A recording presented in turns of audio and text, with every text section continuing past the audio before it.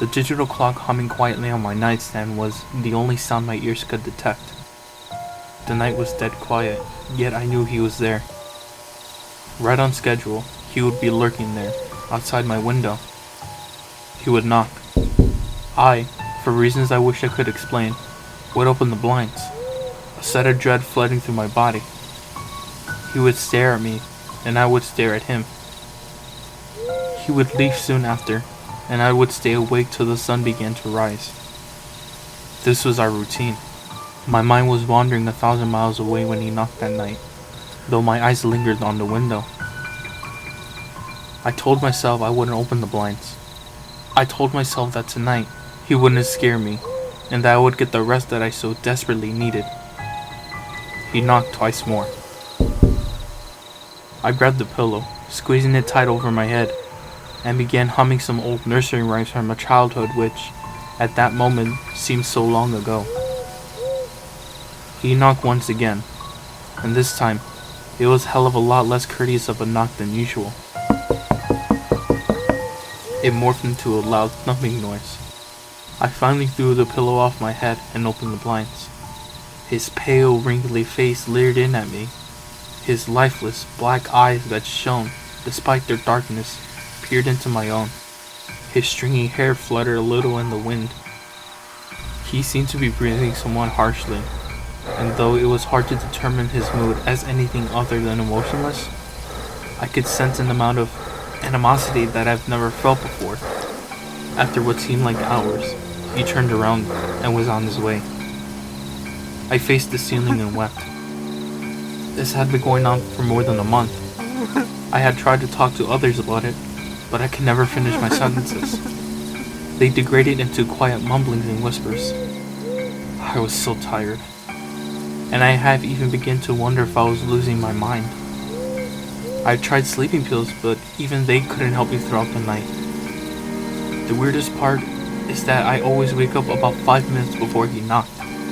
I knew instinctively that he would be there. I was so tired. The next night, I told myself that under no circumstances I would look out that window. I didn't care if he was on the verge of breaking the glass. I would not give him what he wanted. I would not feed him. He would have to find someone else to haunt, someone else to steal sleep from. He would have to leave me alone. I woke up, and I instantly knew what was going to happen. It's funny. I always anticipated his knocks, and yet I still jumped a little when I finally heard him. I lay on my bed quietly, as if I hadn't heard anything. He knocked again, and I hid under my pillow once more. He knocked even louder than he had the night before. I whimpered, but I remained under the pillow. After that, things got quiet. I no longer had the feeling I was being watched.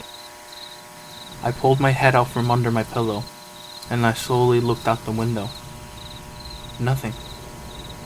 Just my backyard. I laughed.